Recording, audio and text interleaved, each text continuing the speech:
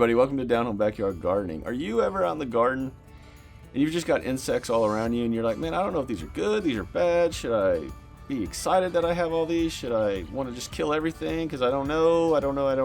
Well, in this video, let's go over identifying the beneficial insects that you want and that honestly you need in your garden.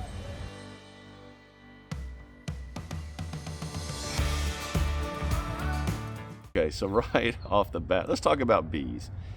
We all know we want bees in the garden. Now, some of us don't really want to be around the bees, but I'm going to be completely honest with you. I have never been stung in my backyard, and there are times where I can't reach through anything without there being honeybees all around me. I have found that if you just leave them alone, it's almost like they know you're not there to bother them. I don't know. It's weird, but bumblebees, honeybees do not bother me at all in the backyard. But we all need bees in our backyard. We all need bees in the garden. They do the best pollinating of any creature there is. So plant lots of flowers, lots of herbs that flower. Let certain herbs go to flower. And I'm going to tell you one that brings in the honeybees like crazy, and that is mint. And y'all, if you follow this channel, you know I hate mint in my backyard because I can't get rid of it. Once it's in the ground, you can't get rid of it. That's a whole nother video. But mint, if you let that go to flower, you will have more honeybees on those flowers than you can shake a stick at. But bees and bumblebees, honeybees and bumblebees, obviously you want in the garden. They're a great pollinator, of course. And to me, when you start seeing bees in the garden, you know things are about to start popping off and you're about to start getting fruits everywhere. So right off the bat, bees. The next one to talk about are hoverflies, and these guys are really small and they're really easy to identify. They basically have the body of a bee but the head of a fly, and they are fantastic for your garden. They're a great pollinator.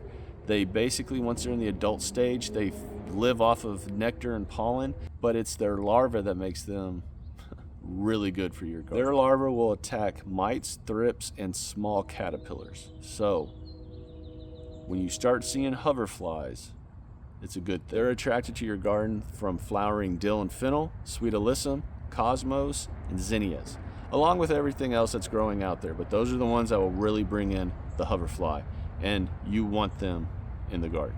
Okay, so now we're going to talk about ladybugs. We all know that when you see ladybugs in your garden or around you, it's good luck. Well, it is definitely in the garden.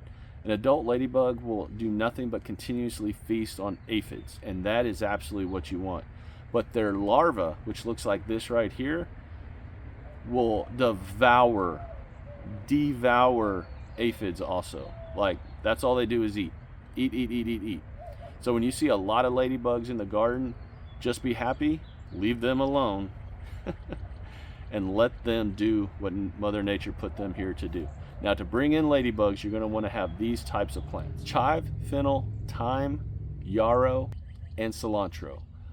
If those are the herbs let go to flower, that will bring in the ladybugs, which will then devour tons and tons of aphids. So ladybugs. Praying mantises. Now, we've all seen a praying mantis. We know what they do.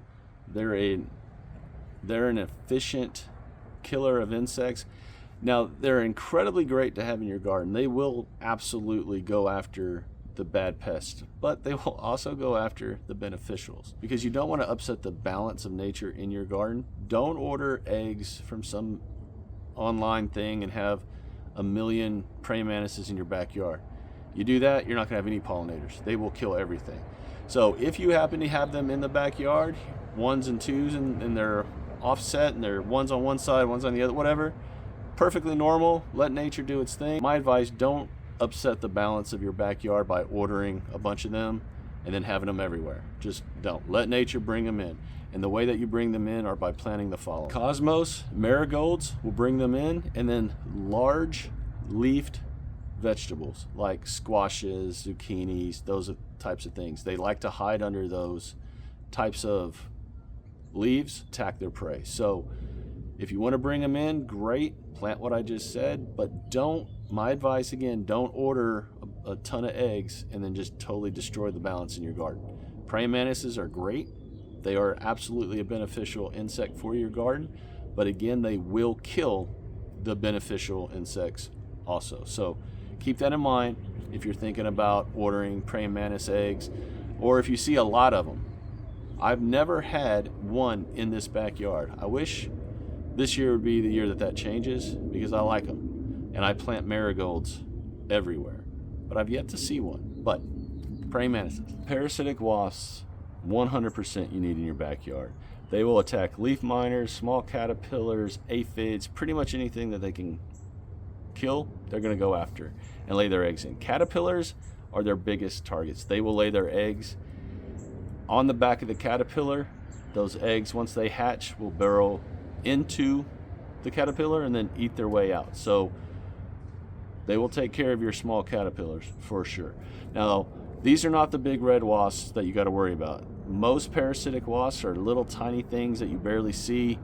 They're just these little things buzzing around, but you want them. Now, some of them can get good size, but if you don't know what they are, my advice, just leave everything alone until you research and see. Now, I'm putting up pictures of what some of them look like, and again, they are not there for you. They don't care about you. They will leave you alone. They are looking for their prey, and pretty much that's it. They will attack the following, and this I'm going to read: aphids, scales, white flies, sawfly larvae, leaf miners, many types of caterpillars, to include the hornworm. To bring them in, you want to plant cilantro, dill, sweet alyssum, daisies, and asters. Those types of plants will bring in the parasitic wasps, and again, they will not attack you. They don't care about us. We are way outside of their food chain.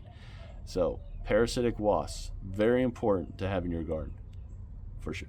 Okay, the next one, lacewings. These to me are actually kind of pretty. I love the way their wings look, hence their name, lacewings, but they're an incredibly good and very beneficial insect. They are known as an aphid lion. They just go crazy after eating aphids. Notice a lot of these beneficials eat the same type of insect. So if you have a multitude of different flowering vegetables or herbs or flowers to bring in all these different ones, you are going to have an army of beneficial insects patrolling your garden. And that is what we all want, as many beneficials as you can get. For real. Lacewings, besides eating aphids, will also attack the following insects: mealybugs, spider mites, moth eggs, thrips, and white flies. That is 100%. You don't want white flies. For real. To bring in the lacewings, you want to plant dill, yarrow, cosmos, and daisies. Now, the dill you let go to flower, and if you let your dill go to flower, you are going to see lacewings. I've had dill go to flower out here every year, and I always have them flying around. So lacewings, very important beneficial insect to have in your garden. Let's talk about assassin bugs. Now, I like these guys. Now, if they sting you, you are going to feel it. They will sting you, and I've read and heard that it is a very painful sting. They are not looking to bother you. It's just if they get startled and you're reaching in to grab something and they're there, they might get you. So if you're reaching in to, say, bean plants or things of that nature, just be looking around before you just start reaching your hands in, just to check to see what's around, for one.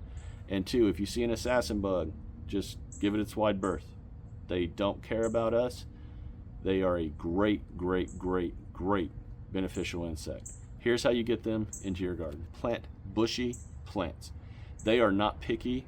They do not care what plant it is. They just need a place to hide. So if you have a lot of beans growing, say up a TP type trellis, like I did last year, I had a lot of assassin bugs in that area because there were so many places to hide. So bushy plants, they are not picky, believe me. They will attack the following: aphids, cabbage worms, small beetles, hornworms, and other caterpillars. So plant the bushy plants, bring in these little guys, and let them do their job. Okay, damsel bugs. These bugs like to be down close to the ground. So if you can plant bushy crops down close to the ground, that is where they want to be. These bugs will attack the following: aphids, mites, small caterpillars, and other insects. So they will also attack beneficials. But for the most part, they are going to attack the bad insects, the ones we do not want. Now, some of the crops that you can plant to bring in the damsel bugs are the following: bush beans, oregano, and thyme. Again, all of those are bushy type plants. They stay low to the ground and just provide so much shelter for the damsel bugs. So plant those, bring those guys in. Okay, let's talk about spiders. But before we do, I'm gonna put a warning and warn everybody. I will be putting pictures of the spiders up in this segment. And that's just to identify 5 spiders that I want everyone to be aware of. Okay, so the first 4 are the only venomous spiders in the United States. There's only 4. And they're the black widow, of course, brown recluse, the hobo spider, and the yellow sac spider, which I put the pictures up right here. Now, the 5th one that I want to mention is the wolf spider. Now, I know the name sounds all scary and, you know, wolf, ooh. These spiders don't care about us. They don't. They just want to go get their insects. Now, will they bite you? Yes. Like anything that you step on or you scare or you trap or you corner, of course they're going to defend themselves. But I have wolf spiders in this backyard. One that I literally saw just right over there as I'm filming this video, and it crawled right by my foot, went up into the carrots, and left me completely alone. They do not care about us. Now, I know that's hard for people that, like I used to be, where I was very arachnophobic, but I'm not anymore. I don't care about them, but they are incredibly beneficial to your backyard, to your garden. They will take out insects, good or bad, but they will help balance the power in your backyard for sure. So spiders, I advise you to leave them alone unless they're the dangerous ones, they're the venomous ones. Then you do what you need to do to make yourself feel good about your situation. No judgment. I have black widows here, and when I see them, they die. It's that simple. But if I don't see them, I don't care. They do their thing, they eat their insects, and I continue gardening. So spiders, yes, freaky looking and scary and all that, but incredibly beneficial to your garden. Okay, last one I want to talk about are the big-eyed bugs. Now, here's a picture of them. I've never seen one of these guys in my backyard, and looking at the pictures of these and researching them, I would kind of like to see them. They're kind of funky looking, and I like it. Since I don't know anything about these bugs, I wrote a bunch of notes, so I'm gonna have to read this off to everyone. Please forgive me. I don't know at all.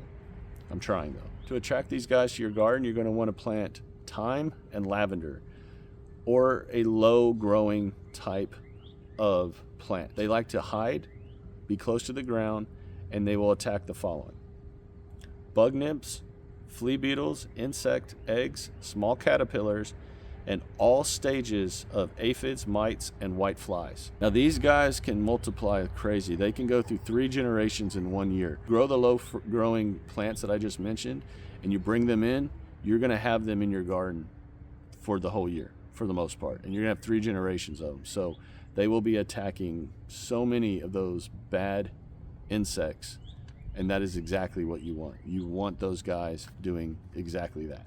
One beneficial I did not mention is the butterflies. I don't really need to mention those. We all know that they come in, they do pollinate, but they're not the greatest pollinator like we all think.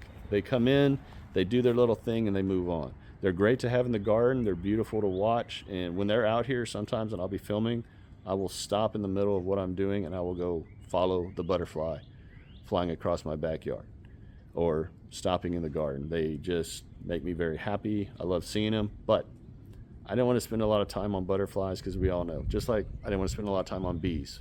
We all know what bees do and all that. This video was mainly to talk about the insects that we don't really know what they are as they're in the garden. And I wanted to help identify that. So I hope I did. Hope everyone learned something from this video. You got something out of it.